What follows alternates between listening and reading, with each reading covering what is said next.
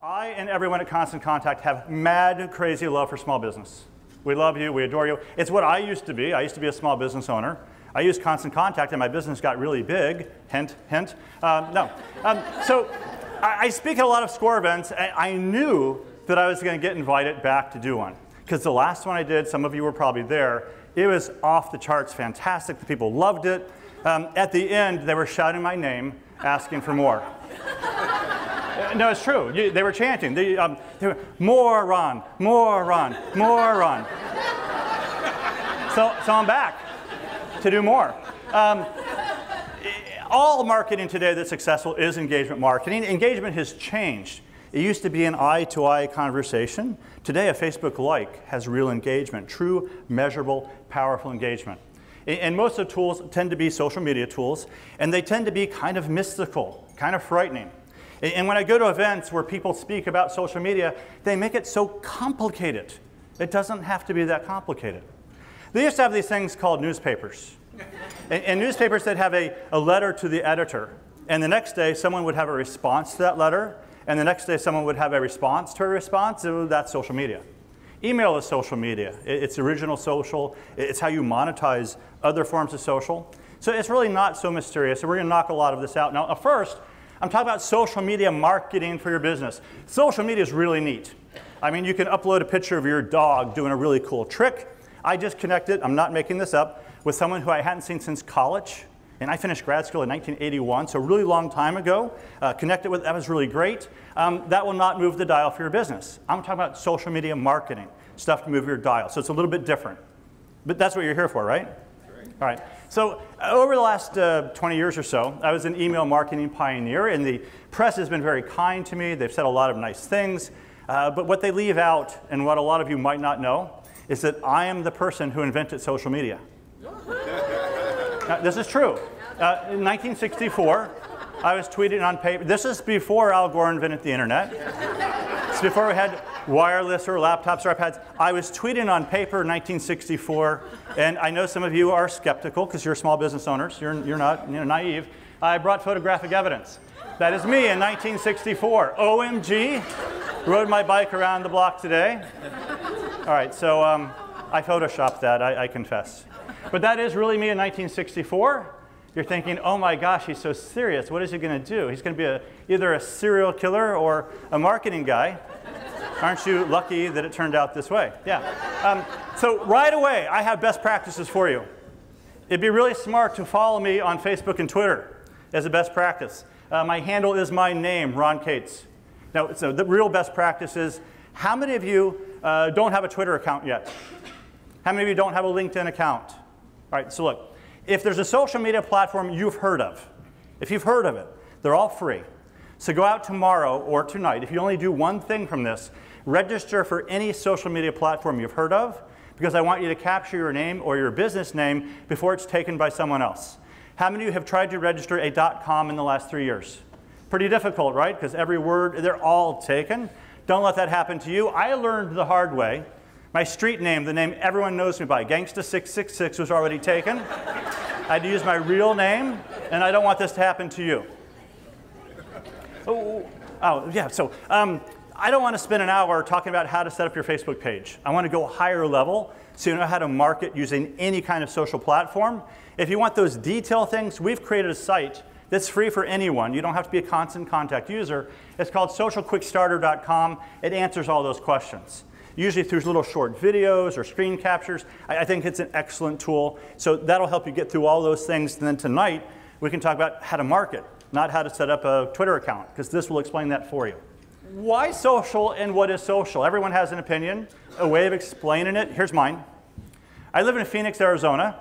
My favorite grocery store is Safeway. If you don't have a Safeway in your town, it's a grocery store. I like it a bunch because it's close to my house. They have a lot of stuff. They're friendly, the stores are clean, the prices are okay. For me, that's all bingo. I really like Safeway. I don't like them so much that on my day off, I'm going to go in and stock their shelves for free.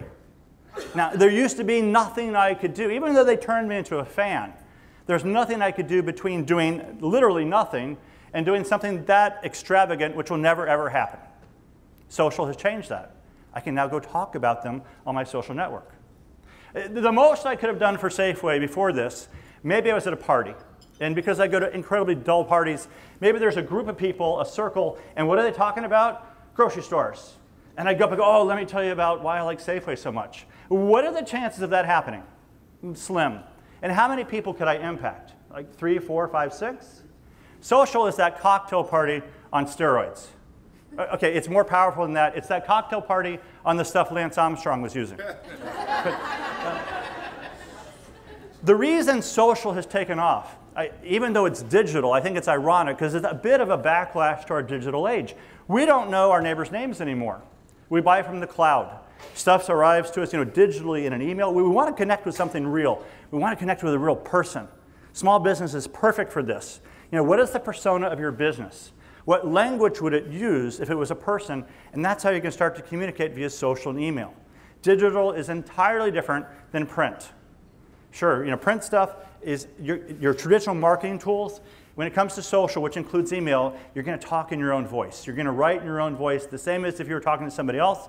You're also going to be a lot more succinct, a lot more concise. I don't want to read your long email, not ever, ever, ever. I can't read a long Twitter post. There's no such thing. I don't want to read your long Facebook post. So we've gotten used to very concise communication. This is one of the places it happens. The why, more than half the people in the US purchased something, made a purchase, took action because of an online recommendation.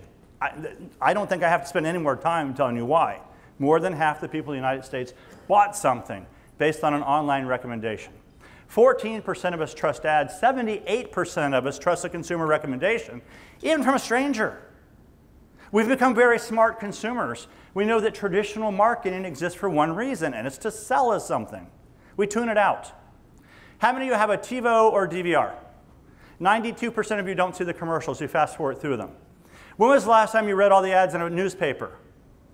When was the last time anybody here read a newspaper? So 20 years ago, I read every page of the newspaper, every single page. If you had an ad, you got me. I haven't read a newspaper in such a long time. Then if it went to TV, even though it was expensive, it really worked because I was held captive. Not anymore. I fast forward through it. So the issue with marketing today, it hasn't been revolutionized. It's evolved. It used to be there were a couple ways you could communicate that everybody saw. The issue today, the challenge today, is that people communicate in so many different ways. So you are going to be forced to communicate in more than one way, unless you can tell me right now, what segment of your audience are you willing to ignore? What segment can you afford to ignore? None. So some people love Twitter. Some people love Facebook. Most people, 95% of us, love email and check it every single day. Some of us still want direct mail. We want that thing to arrive in our post box. So you're forced to communicate in more than one way. That's okay, because I don't want to ignore any of my prospects or customers. What we're seeing a huge increase in the influence of an online expert. Who in this room could be an online expert tonight? Why isn't every hand up? You are an expert at your business compared to your customer. Expert is a relative term. I don't want to buy from the 6th best in the county. I want to buy from the best. So don't shy away from this. Show off your expertise and your experience. I know that you have it. The reason I know is customers come in and ask you the same questions every day, day after day, the same stuff. It's not because they're dumb. It's because you really do have expertise. You're just not elevating yourself enough.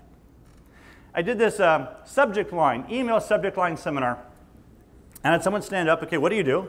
They do gourmet cupcakes. I said, great. So every subject line is going to start with like world's best gourmet cupcakes, colon. And I was trying to think of what to do next. And she said, well, wait a minute. I don't know if they're the world's best or not. Like, if you don't think they're the world's best, do something else. You are absolute experts. And don't tell me you don't have content, because I know that you do. You have endless content.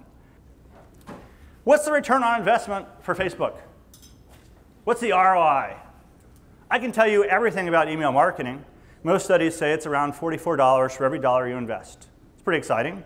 Can I tell you to the penny what it is for Twitter or for Facebook? Not yet. It's still kind of new. But don't tell me it doesn't have value. How many of you met someone today for the first time and you had a conversation with them at some point during the break or sometime today? Everybody, right? So tell me, score guy, how much was that conversation worth? And I want to know in dollars and cents. Can't do it. Invaluable. Was it 0? No. No. So just because it won't fit into Excel or into a spreadsheet doesn't mean it doesn't have value. Of course it does. One of the strongest points of social and email, it allows you to stay top of mind. There are a lot of things out there competing for your customers' attention. And even when they love you, they forget about you. How many have a restaurant that you really like and you just forget to go there sometimes? We all do. I mean, for me in Phoenix, it's Honey Bear's. Have you been there? It's fine dining. It's not. Okay, it's a barbecue dive place. It's 15 minutes from my house. But I would forget to go there. I'd go somewhere else for lunch, come back and go, oh man, I wish I'd gone to Honey Bear's. I was at a baseball game last year. I introduced myself to the people around me, because I'm very shy like that. And guess who's sitting next to me? It's the owner of Honey Bear's. I'm like, oh my gosh, it's the owner of Honey Bear's. He's like, oh my gosh, is that digital marketing icon right? No, he didn't do that. But I'm sure he thought it. So we didn't really watch baseball. We talked about marketing. He got super excited about email. He's like, I could do coupons and free fries and 20% off. I said, you don't have to do it that way. That's not a strategy. Do Southern folklore. Do barbecue recipes. You know, just get in front of me. And when I see the logo in my inbox, I'll salivate for a chicken sandwich. I'll drive over and buy one. It is that powerful. So it doesn't have to be huge content. It doesn't even have to be original content. I'm going to disassemble every challenge you have to social tonight. Here's why you're here. First concern, I'm not going to have 1 million followers on Twitter, so it's worthless. All right, so Charlie Sheen got more than 2 million Twitter followers within 48 hours of creating his Twitter account. So you'll get a lot of followers if you're insane and a celebrity, so it helps. But can he engage with those 2 million? No, this is an engagement tool. You could have too many. And the viability is unlike anything else. So who doesn't have a Twitter account at this table? Someone doesn't, I'm sure. You don't have a Twitter account, right? So let's say tomorrow you create it tonight, and tomorrow he only has 1 follower. Worthless, yeah? No. What if that 1 follower is me? And he tweets something. I hit a button. It takes me less than a second. I retweet it, which means I repost it to my followers. I've got a lot of followers. Some of my followers have a lot of followers. Before long, it can go out to a lot of people in no time. So there's no excuse not to get started. I have a couple radio shows in the studios in San Diego. And years ago, when Twitter first started, so I had hardly any followers, I had as my guest on my email marketing show, Lon Safko, the author of the Social Media Bible. Twitter had just begun, but we decided to do a tweet up that day, live. We announced it at 4 o'clock. A tweet up is a meeting that you only announce on Twitter. So I called the W Hotel to get permission, and then I tweeted out, meet me at 6 o'clock at the top of the W Hotel, drinks are on me. And Lon did the same thing. I probably had 17 Twitter followers. He probably had 22. It's totally safe, right? One of my Twitter followers was the W Hotel. They retweeted it to their 17,000 followers. One of my Twitter followers was the San Diego Tourism Bureau. They retweeted it to their 82,000 followers. And at 6 o'clock, the top of the W Hotel was packed with people. And I had the most difficult to explain expense report of all time. But it works. And it works phenomenally well. And it's not difficult. So it doesn't matter if you have 1 million or if you have 1. 1 can be incredibly valuable, especially if it's a customer. This one's fair. You're not going to write thought leadership articles. I am really good at running my tennis store. I'm not an author. I'm not going to write thought leadership stuff. Okay, this is not about perfection. It's about being real, authentic, being a real human being, which means you might make a mistake and that's okay. Kanye West has more than 2 million followers. I don't think he's constructed a grammatically valid sentence yet on Twitter. You know, it's about being real. So what would have more impact? Let's say you have a hobby store, you know, wireless airplanes and boats and stuff, that sort of thing. You've got 9 employees. I will bet you that when the UPS person brings in that new cool gadget, your 9 employees fight over each other to be the first to unbox it. So what's going to have bigger impact? I hire a professional videographer, I bring in a crew, I do a really slick commercial, put it on YouTube, I spend 25 grand, or I take out my smartphone and I record that 30 seconds of true unbridled enthusiasm and post that. That wins every time, and it's free, a 30-second investment of time. You get excited about products, you get excited about a project you just did. Your customers come in and they can't wait to talk about you. Record that and post it. That's as real and genuine as it gets. It's about being real and transparent. Most of the content on social, more than half of the content, isn't something you wrote, it's something you found and shared. I almost hate to confess this, but there are 23 tech marketing blogs that I read every day. And when I find something I think that's important to my audience, I hit a button. And it tweets out the link to that. Facebook posts a link to that. It takes me all of like 2 seconds. And my followers are following me because I have found the good stuff for them. I've separated it out. I'm the arbitrator. You would like to know everything about digital marketing, but you have your own business to follow and be an expert on. So if you follow me, I've weeded through it all. So that means that some days I have nothing. Other days I might have 6 things. Real, transparent, never fake. Enthusiasm cannot be faked. It'll show every time. You are truly excited about your business. Show that off a bit. This is too much time. I'm going to show you that coming up with content can take seconds. Again, since the stuff you found, you click, you post, it doesn't have to be perfect. It's not going to take you a long time to come up with content. I'm going to demonstrate that even more powerfully in a few minutes. What really takes time is tracking it all. What are people saying about my brand on Twitter and on Facebook? Towards the end, I'm going to show you 4 tracking tools that are all free. Pick 1 or 2. They will allow you to track it in minutes, if not seconds. I'm dismantling. You will have no excuse not to be a social expert tomorrow, will you? All right, so lastly, where should I be? I can't stay current. MySpace is really big, right? I should be there? Okay, 8 years ago, yeah. Now there's 3 people there. So you've heard of Facebook and Twitter and LinkedIn. There are more than 1,000 social platforms today, more than 1,000. Have you heard of AudioBoo? Oh, you're the first one ever. Have you heard of Quick, QIK? Yes. So I'm not recommending these tools. AudioBoo, I can take my smartphone or my computer and I can speak to it, it records it, and it broadcasts it for me. So it's like Twitter, but it's actual audio. Do I know how to monetize that? No, I really don't. But someone in the room just went, oh, that'd be so cool for what I do. Quick is similar, but it's video. I can turn my smartphone or computer around, and I can stream this whole presentation live to the web. There's several others, live stream, a bunch of them Ustream, they all do it. I can stream it live in color with audio. It'll even keep it and archive it for me, so I could have my own little TV show, and it's free unless you use a lot of space. Now, do I know how to turn that into money? Honest, I don't. But somebody went, oh, that's so cool. I will bet you real money right now that there's something bigger and more powerful and more important than Facebook in 5 years that hasn't been created yet. And you know I'm right. Nobody's going to bet me.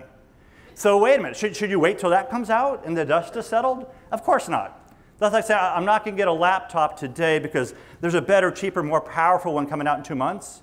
If you don't, you'll never own a laptop that way. I'm not going to buy the iPad because there's going to be an iPad 2. And then I'm not going to buy the 2 because there's going to be a 3. I'm not going to buy the 3 because there's going to be a 4. Then there's going to be, you'll never own one. So you can't wait till it's perfect and the dust settles. Go now. Use the tools that are popular now today and worry about what's coming tomorrow. If you make a presence and you say, I've gone social, I'm on Facebook, that's the biggest one, your followers will let you know if there's a platform you're missing out on that's important. It's that simple. 3 years ago, I didn't know this. I know it now. There's a social network for nuns that's more important to them than Facebook. We're seeing a huge increase in the growth of these niche networks, these niche social platforms. If you're on one of the big ones, your followers will let you know. If you haven't gone social, that can't happen. I hear this a lot from my small business audience. I'm not on Twitter. How come? I don't want to see the bad things people are saying about my business. If so somehow not being there makes that go away, I mean, of course I want that feedback. I want to listen. I want to respond to it. I want to make changes. There's no reason not to do this. It's free except for time, and I know time's valuable. You can't break it. You're not going to break Twitter or Facebook. So dive in. Why does this work? Anybody in this room, who in here has done their job for more than a year? Most of you, right? Every one of you, I can invite you up here, and for the next hour, you could tell us tale after tale of how you've bent over backwards to make a customer happy. I mean, you've done some crazy stuff.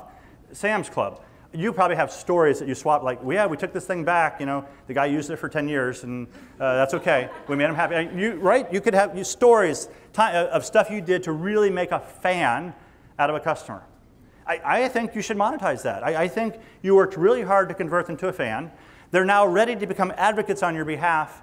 And in the past, there was nothing for them to do. Now there is. Say, oh, if you love this, go talk about it